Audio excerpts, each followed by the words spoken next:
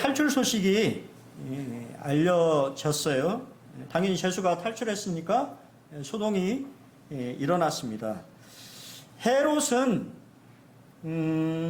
말씀에는 그냥 이렇게 단순하게 되어 있지만 역사학자들에 의하면 내부자가 도와줘서 탈출했다고 생각을 했다고 이렇게 판단했다고 합니다. 그래서 간수들이 뇌물을 먹어서 베드로의 탈출을 도왔다라고 생각했다고 합니다. 그리고 실제 로마법에 의하면 수감한 제수가 도주를 하면 그 지키고 있던 간수는 제수가 받기로 한 처벌을 그대로 받는 것이 로마법이에요. 그래서 우리가 나중에 이제 보면은 빌립보 간수가 죽으려고 기억하십니까? 바울과 신라의 빌립보 감옥에 갇혔을 때 간수가 죽으려고 했던 이유가 로마법에 의하면 대신 처형을 당하는 것이 그 당시에 로마법이었어요. 그렇기 때문에 지키지 못했던 이 군인들 또 그 간수들은 죽임을 당하게 되는 것입니다. 이것은 우리에게 무엇을 얘기해 주냐면 헤롯은 영적 소경의 전형적인 모습을 보여주고 있다라고 하는 것입니다. 왜 그러냐면 우리가 잘 아는 바대로 이 모든 일들은 누구에서부터 시작된 겁니까? 하나님이십니다. 하나님. 사람에게서 원인을 찾고 보복을 하고 있는 모습을 우리가 보게 되는데요. 이것이 바로 영적 소경의 일반적인 태도인 거예요. 하나님의 섭리와 역사를 보지 못하는 것입니다. 우리는 어떤가요? 우리는 우리 주변에 일어난 모든 일들을 그냥 그리스도에게 우연이 있습니까? 예? 우연이 없어요. 그리스도에게 우연은 없습니다. 다 하나님의 섭리 안에 있는 것이죠. 우리 그것을 어떻게 해석하느냐에 대한 문제는 이제 믿음에 대한 이제 문제인 거고요. 헤롯은 그런 믿음이 없는 것입니다. 그냥 문제를 군인들이 잘 지키지 못했거나 아니면 그들이 뇌물을 받아서 탈출을 도왔거나 이것이 그의 한계였던 것이죠. 하지만 우리가 잘 아는 바대로 성경은 그 모든 사건에 주도하신 분이 섭리하신 분이 누구다? 하나님이셨다라고 하는 것을 우리에게 말해주고 있다고 하는 거예요. 그것을 우리가 보지 못한다고 하면 우리 또한 우리 눈이 어두워져 있다라고 하는 것이죠. 그래서 사도 바울은 이렇게 성도들을 교회를 생각하면서 기도하고 있습니다. 보이시나요? 같이 한번 읽어보겠습니다. 같이 한번 읽겠습니다. 시작. 우리 주 예수 그리스도의 하나님 영광의 아버지께서 지혜와 계시의 영을 너희에게 주사 하나님을 알게 하시고 너희의 마음의 눈을 밝히사 그의 부르심의 소망이 무엇이며 성도 안에서 그 기업의 영광의 풍성함이 무엇이며 그의 힘의 이력으로 역사하심을 따라 믿는 우리에게 베푸신 능력의 지극히 크심이 어떠한 것을 너희로 알게 하기를 구하노라. 구원받은 모든 사람은 지혜와 계시의 영인 성령님을 주셨는데 그럼에도 불구하고 우리의 영적인 눈이 어떻게 된다고요? 밝아져야 된다고 하는 거예요. 영안의 눈이 밝아져야만이 우리가 보지 못하는 것들을 볼 수가 있다. 그렇기 때문에 사도 바울이 이것을 위하여서 기도해야 된다라고 우리에게 말해주고 있는 것입니다.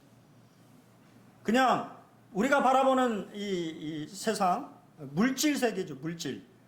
바라보는 세상. 그것만을 바라보고 우리가 살아간다고 한다면 그것은 그냥 세상 사람과 별반 다르지 않은 삶일 것입니다.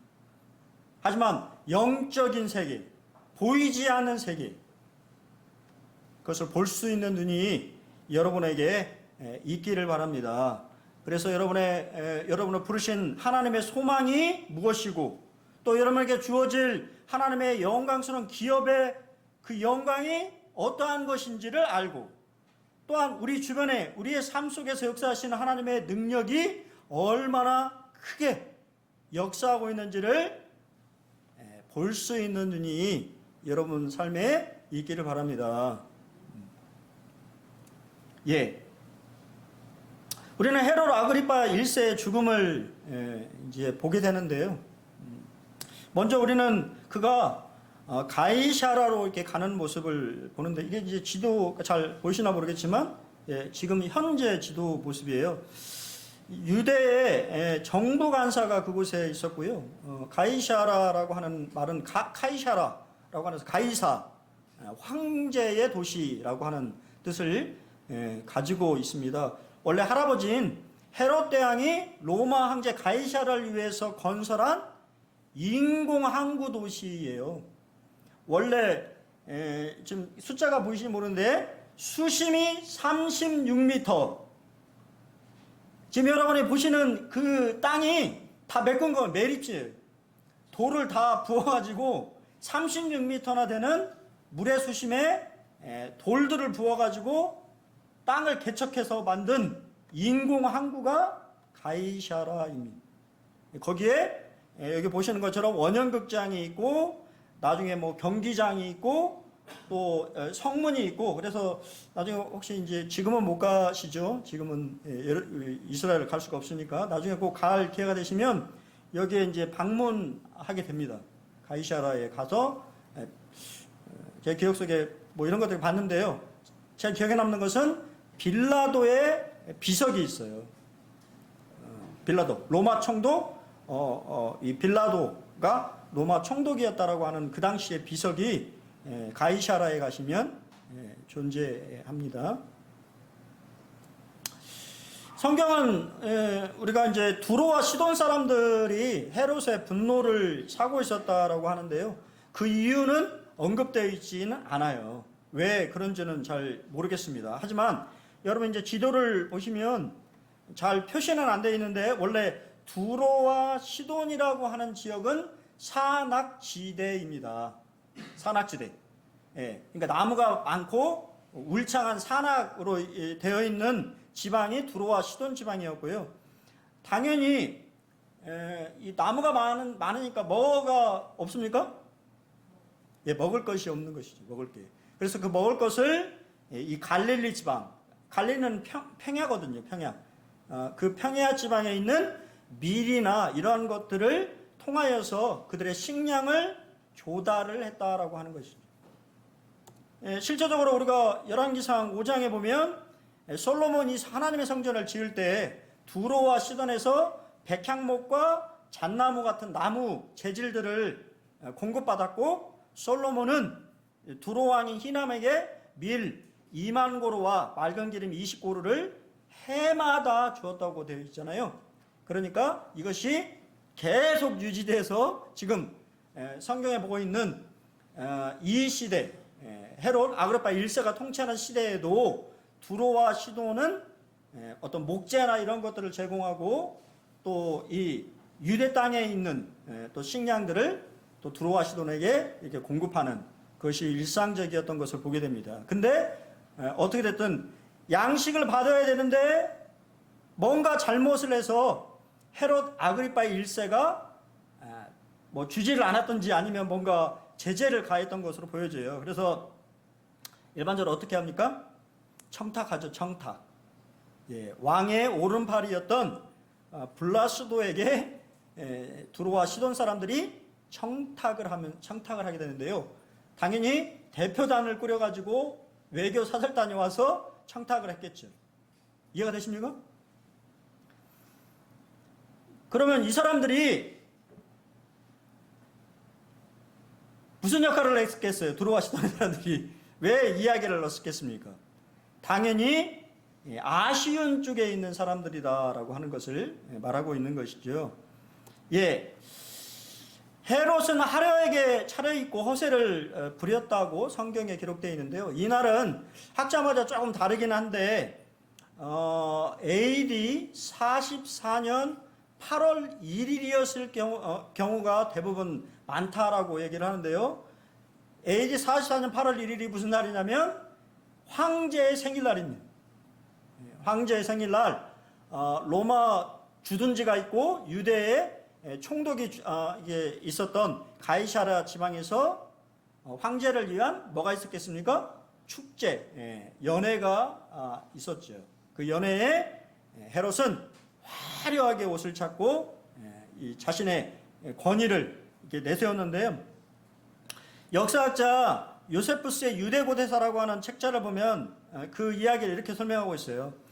가이사라를 기념하여 공연을 보여주었다. 이는 이 공연이 가이사라의 복지를 위한 축제로서 축하하는 것임을 알았기 때문이다. 이 공연에는 매우 많은 지방 관리들 그리고 저명한 인사들이 참석했다. 아그리빠는 공연의 두 번째 날 동이틀 무렵에 전체를 은으로 만든 예복을 입고 매우 우아하게 몸은 흔들면서 극장 안으로 들어갔다. 그러자 은으로 만들어진 옷은 태양의 첫 번째 강선이 비추자 매우 아름답게 반짝거리면서 강채가 났다. 그리고 그것을 바라보고 있던 사람들은 그 강채로 인해 일종의 두려움과 공포에 사로잡혔다. 곧 아그리빠의 아첨꾼들은, 이 아첨꾼들 누구겠어요? 두로와 시돈 사람들이죠. 두로와 시돈 사람들. 이 사람들은 그를 신이라고 부르면서 우리에게 자비를 베푸소서라고 여러 방향에서 큰 소리로 외쳤다. 어떻습니까? 네. 성경의 말하고 똑같죠? 네.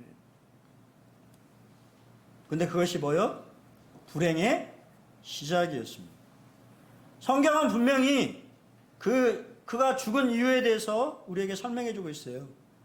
헤롯의 영광을 하나님께 돌리지 아니하심으로 주의 천사가 그를 쳤다고 성경이 얘기합니다. 헤롯은 하나님께 돌아가야 할 영광을 가로챈 것입니다. 여러분, 우리의 삶 속에서 칭찬과 자랑이 쏟아질 때가 가장 위험한 순간이고 추락하는 순간이라는 거예요. 우리 인생에 여러분에게 주어진 칭찬과 자랑이 있다고 한다면 그것은 누구에게 돌려야 됩니까? 하나님께 돌려야 되는 거예요. 그리스도인에게 우애는 없고 내가 잘해서 한 그런 부분도 있을 수 있지만 그 모든 것이 하나님의 은혜라고 하는 사실을 우리가 깨닫지 못하고 자신이 그러한 것들을 취하게 될 때 하나님은 기뻐하실까요? 기뻐하지 않으신다고 하는 거예요. 이사야서 42장 8절을 읽어보면 이렇게 말씀합니다. 나는 여호와이니 이는 내 이름이라. 나는 내 영광을 다른 자에게 내 찬송을 우상에 주지 아니하느니라 라고 말씀하십니다. 하나님은 자신의 영광을 다른 것이 취하는 것을 원하지 않으시는 분이십니다. 그렇기 때문에 합당한 하나님 앞에 돌아가야 될 영광들을 돌려드리는 것이 마땅한 것이죠. 헤롯의 삶은, 사실 헤롯은 잘 아시는 것처럼 어디 가문입니까? 에서 가문이죠. 에돔 사람입니다. 헤롯 또한 에서의 삶을 이렇게 쫓고 그것을 자신의 삶의 원리로 살았던 사람이에요. 에서는 히브리서 12장 16절에 이렇게 평가합니다. 음행하는 자와 혹 한 그릇 음식을 위하여 장자의 명분을 판 에서와 같이 망령된 자가 없도록 살피라 라고 얘기합니다. 왜 에서가 망령된 자입니까? 그는 영적인 축복은 업신여기고 땅의 것만을 추구했던 사람이기 때문이에요. 땅의 것을 가장 귀하게 여기고 소중하게 생각하고 그것에 자신의 인생을 걸었던 사람입니다. 그는 어떠한 영적인 축복을 가지고 있었어요? 하나님의 백성의, 언약 백성의 장자라고 하는 신분을 가졌었는데도 불구하고 그 권한을 무시하고 그것을 가치 있게 생각하지 아니하고 동생인 야곱에게 팥죽 한 그릇에 자신의 장자권을 팔아버리는. 여러분, 에서나 헤롯은 세상에서는 성공한 자일지 모르지만 하나님께는 실패자라고 하는 것이에요. 하나님 앞에서는 그가 아무것도 아닌 자라고 하는 것입니다. 이 세상에서 아무리 많은 건세와 명예와 부를 획득해도 그것이 하나님과 아무 상관없는 삶이었다고 한다면 그의 인생은 낭비된 인생에 불과한 것입니다. 하나님의 평가는 망령된 자라고 말씀하시는 것입니다.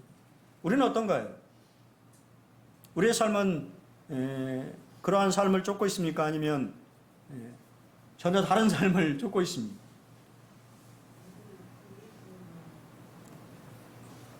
재미있는 사실은 이 12장에 보면 하나님께서 둘 다 치시는 모습을 보게 돼요. 천사를 보내서 둘 다 치셨는데 한 사람은 구원을 받았고 한 사람은 심판과 징벌을 받았습니다. 하나님은 교만을 미워하시며 사람이 자기의 영광 취하는 것을 허락하지 않으시는 분입니다. 마땅히 하나님 앞에 영광을 돌려야 되는데 자신이 그 영광을 받게 되는 것을 하나님 것을 교만이라고 말씀하십니다. 잠언 18장 12절에 뭐라고 말하고 있나요? 사람의 마음의 교만은 멸망의 선봉이요 겸손은 종기의 앞길잡이니라. 여러분, 우리 마음속에 교만한 마음이 있지 않기를 바랍니다. 주님 안에서 겸손하게 있으시면 주님이 그러한 분들을 존귀하게 세우시는 거예요. 요세푸스의 유대 고대사에 보면 헤롯이 갑작스럽게 복통을 일으켜서 5일 후에 죽게 됐는데 몸이 썩어서 벌레가 생겼다고 기록하고 있어요. 성경의 기록과 똑같죠. 그래서 많은 의사들이 아마 예수 믿는 그리스도인들 의사들이겠죠. 왜 헤롯이 죽었을까? 막 이렇게 고민을 해서 뭐 장폐색이다. 아니면은 뭐 그 헬리코박터 균이 발생돼가지고 이 갑자기 복통이 일으켜져서 죽었을 것이다. 뭐 그렇게 얘기를 하는데요. 어떻게 됐든 간에 성경은 누가 치셨다고 그랬습니까? 하나님이 치셨어요. 하나님이. 인간을 창조하시고 인간을 만드신 하나님이 교만한 헤롯을 치셨고 그는 5일 동안 복통에 시달리다가 죽음으로 그의 인생을 끝마쳤다고 하는 것이 성경의 기록입니다. 우리는 되풀이되는 인간의 교만의 모습을 성경을 통해서 보게 되는데요. 마귀는 하나님의 성품의 흠집을 냈습니다. 그렇죠? 자신이 하나님을 하나님같이 되고자 했기 때문에 첫사람 아담과 하에게도 동일하게 하나님의 성품에 대해서 의심하도록 만들었습니다. 그러면서 뭐라고 합니까? 하나님같이 되는 것을 못하게 하기 위해서 의심하는 거죠. 속여서 하나님을 미워하고 하나님을 대적하고 하나님을 부정하고 하나님을 향해서 반발하고 하나님께 거리를 두게 하는 것이 마귀의 목표인 거예요. 우리 마음에 의심이라고 하는 하나님의 성품에 대해서 의심이라고 하는 씨앗을 심겨서 하나님을 의심하게 속이는 것이 바로 사탄 마귀의 전략인 거예요. 여러분 얼마나 하나님을 신실하게 또 하나님을 알고 또 이렇게 섬겨오셨습니까? 사탄 마귀는 여러분의 삶 속에서 그렇게 하나님을 대해서 속인다고 하는 거예요. 두 번째 인물은 누굽니까? 니무롯이라고 하는 인물이 등장하는데요. 니무롯은 독재자입니다. 창세기에 보면 니무롯은 군주라고 하는 의미를 가지고 있어요. 용사로 번역되어 있는데요. 군주. 자신이 하나님 대신해서 왕이 된 사람, 첫 번째 왕이 된 사람이 누구냐면 니무롯입니다. 니무롯은 또한 바벨과 여러 가지 성읍들을 쌓아서 자신의 영토를 확장했는데 창세기에 보면 그가 유능한 사냥꾼이라고 나와 있는데요. 그 말은 무슨 말이냐면 사람을 해치는 자, 전쟁을 즐겨하는 자라고 하는 뜻을 가지고 있어요. 전쟁을 통하여서 자신의 영토를 확장했던 첫 번째 인물이 누구냐면 니므롯입니다. 니므롯은 바로 적그리스도의 예표예요. 그 사람들 모여서 하는 행동은 무엇입니까? 하나님을 반대하는 것입니다. 대적하는 거예요. 하나님은 분명히 뭐라고 말씀하셨죠? 창세기 혹시 기억하십니까? 하나님의 명령? 인류에 주신 하나님의 명령 뭡니까? 그렇죠. 생육하고 번성하고 땅에 충만하라 흩어지라고 말씀하셨는데 니므롯은 사람들을 모아서 자신의 왕국을 건설하고 바벨탑을 쌓아 올렸단 말이에요. 그러자 하나님 뭐 하셨어요?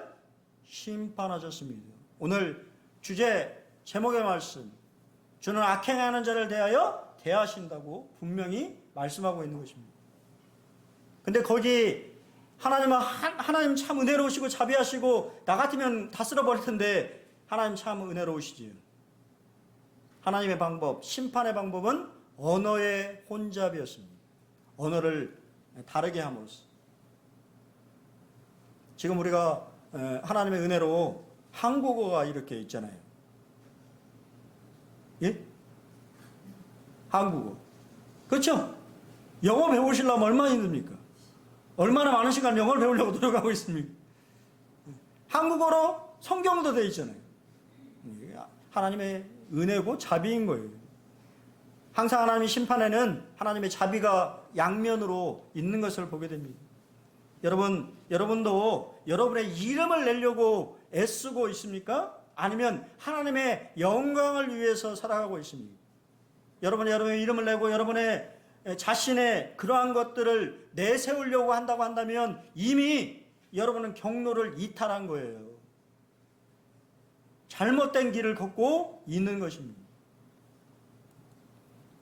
세 번째 인물은 아론의 아들 나답과 아비후입니다. 아론이 누구예요? 제사장이잖아요. 그의 아들들은 어떻게 했습니까? 여호와께서 명령하시지 아니하신 다른 불을 담아 여호와 앞에 분향하다가 불살라 죽임을 당했습니다. 가장 어떻게 보면 하나님과 가까이 있어야 될 특권을 받은 사람이 하나님의 말씀에 순종하지 않고 자신의 생각대로 하나님을 섬겼다고 말입니다. 그러자 하나님은 그에 대해서 진노하셨어요. 그리고 그에 대해서 벌을 내리셨습니다. 또 다른 인물은 누굽니까? 사울이지. 사울의 불순종은 왕국을 잃게 하는 값을 치르게 합니다. 왕이 망령되이 행하였다고 사무엘은 꾸짖었어요. 사울의 세 가지 죄를 사실 사무엘상에서 언급하고 있는데요. 13장에서는 인내하지 못하는 죄. 인내하지 못한다라고 하는 무슨 말일까요? 우리 하진이 인내하지 못한다는 무슨 말이에요? 참을성이 없다. 여러분 이해하십니까? 무슨 말이에요? 인내함이 없다. 믿음이 없는 것이죠. 믿음이 없는 거예요. 하나님에 대한 믿음이 없는 것입니다. 지금 블레셋과 막 이렇게 전쟁을 해야 되는 막 그런 상황에서 좀 바쁜데 아마 저 같아서 그랬을 것 같아요. 저도 아마 그런 실수를 많이 할 것 같아요. 빨리 해야 되는데 믿음이 없는 것이죠. 하나님이 좀 늦으시면 어떤가요?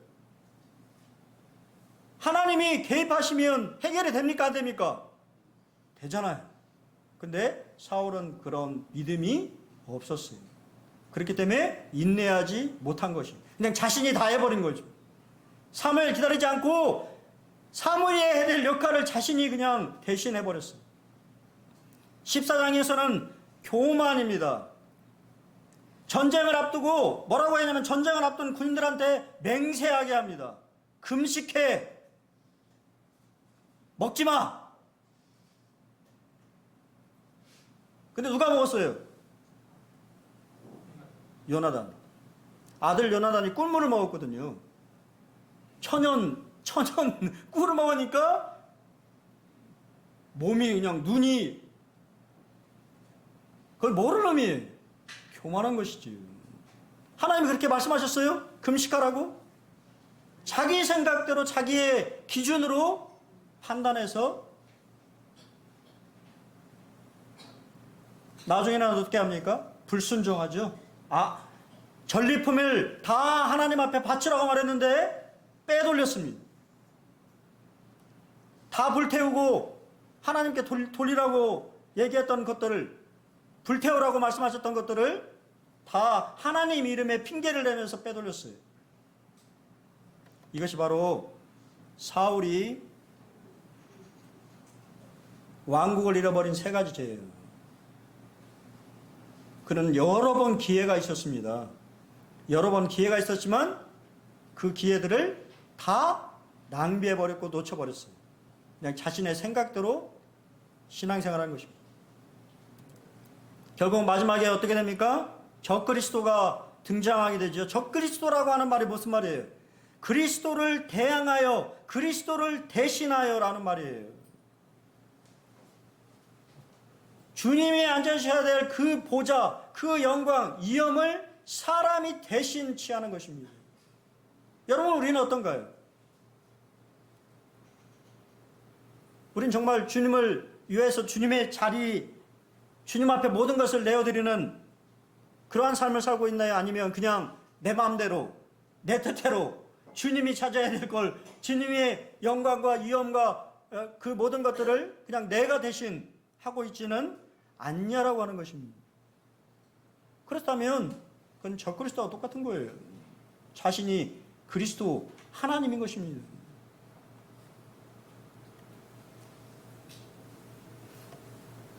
누가는 12장을 얘기하면서 갑자기 이상한 쪽으로 전혀 생뚱맞는 이야기를 하면서 끝을 맺고 있어요. 이러한 상황에서 계속되는 복음의 확장이 일어나고 있다라고 얘기합니다. 사실 우리 성경에는 이렇게 번역을 조금 잘 해야 되는데 좀 아쉬워요. 그러나가 빠져 있어요.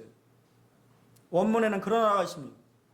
앞의 내용과 뒤의 내용이 대조를 이루고 있다라고 하는 것을 분명하게 말하고 있어요.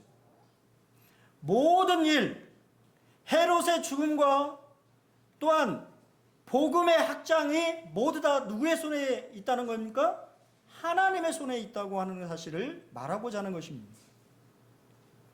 헤롯은 죽었지만 그러나 하나님의 말씀은 흥황하여서 더하였다라고 하는 것입니다.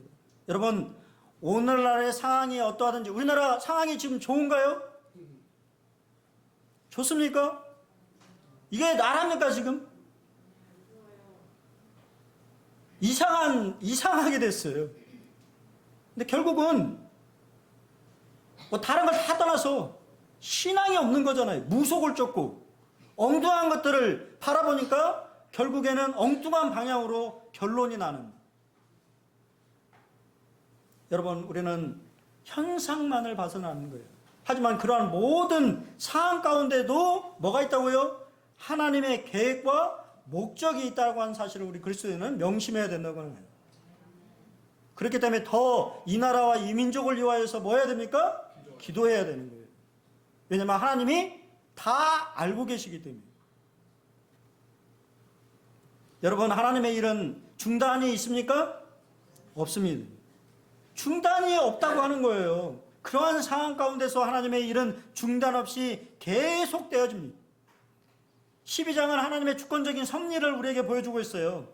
헤롯의 박해와 사도 야고보의 순교로 인해서 예루살렘 교회는 이축이 되었습니다. 또한 베드로가 투옥되었고 기적적인 구출의 사건들이 있었는데 그것이 무엇을 통해서 됐다고요? 기도를 통해서 됐다. 기도. 성도들의 간절한 기도를 통해서 그러한 위기를 극복했다고 말해주고 있습니다. 또한 헤롯 아그리파 1세의 죽음을 통해서 결국은 저주와 심판의 말씀, 악한 자들은 반드시 하나님이 뭐 한다고요? 보복하신다고 하는 거예요. 대가를 치르게 하신다고 하는 것이 성경의 가르침입니다. 그러나 하나님의 말씀은 맡김이 있습니까? 없습니까? 막힘이 없다고 하는 거예요.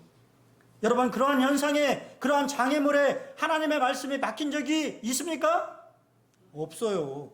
없었기 때문에 지금까지 2000년이라는 시간이 흐르면서도 하나님의 말씀은 막힘없이 우리에게까지도 넘어온 것입니다.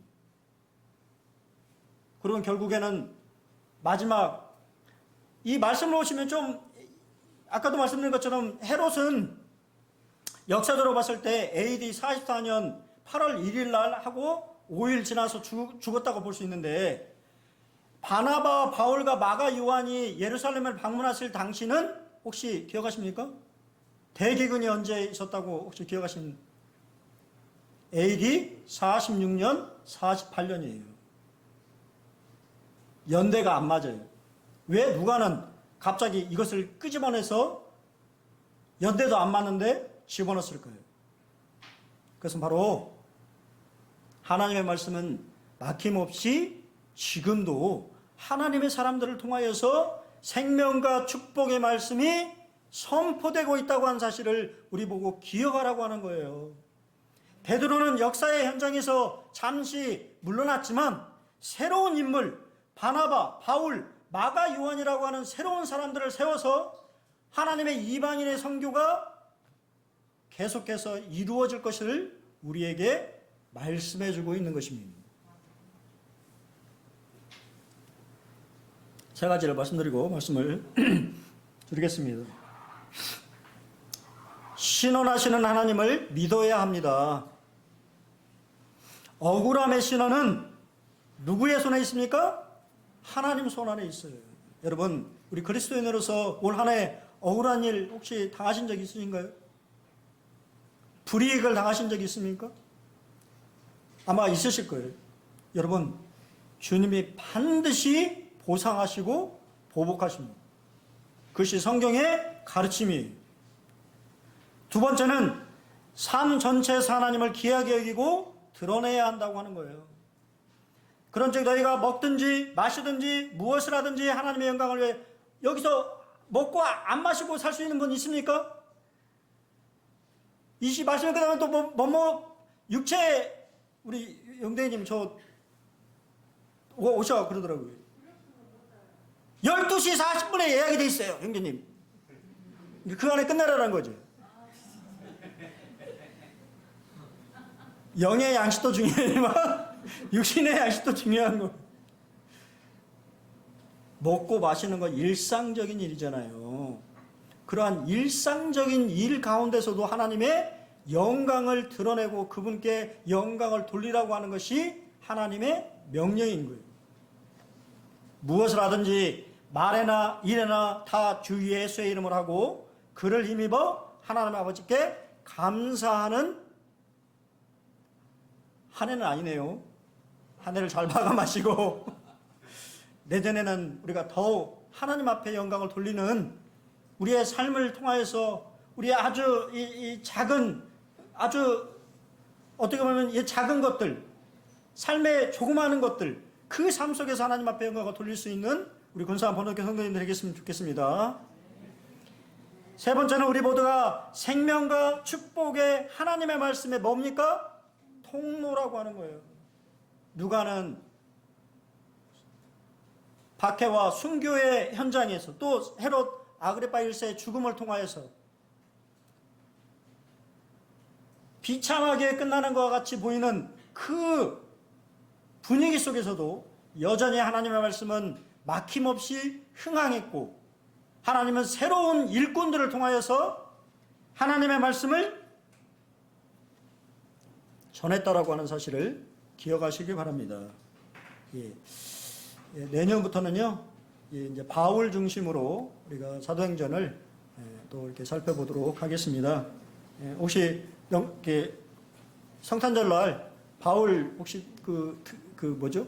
다큐멘터리 혹시 했었는데 혹시 보신 분이 계시는지 모르겠는데, 차인표 씨가 이렇게 나레이션하고 밤에 좀 늦게 해가지고 저도 졸린 눈을 비비면서 예, 왜냐면 제가 또 그리스 터키는 안 가봐서 그 모습들을 좀 자세히 봤는데, 제가 기억나는 것이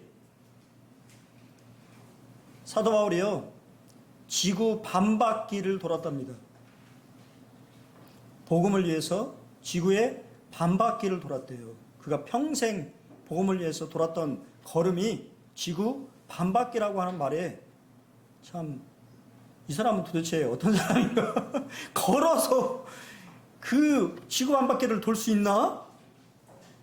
그런 생각을 참 하면서 좀 가슴이 뜨거워지는 참 감동이 있었던 것을 보게 됩니다. 우리는 그렇지 못하더라도 우리 내년에는 여러분의 주변의 지인, 친구 또 아는 분들에게 여러분들이 생명과 축복의 말씀의 통로가 되는 우리 군산 번호교회 성도님 되시면 좋겠습니다.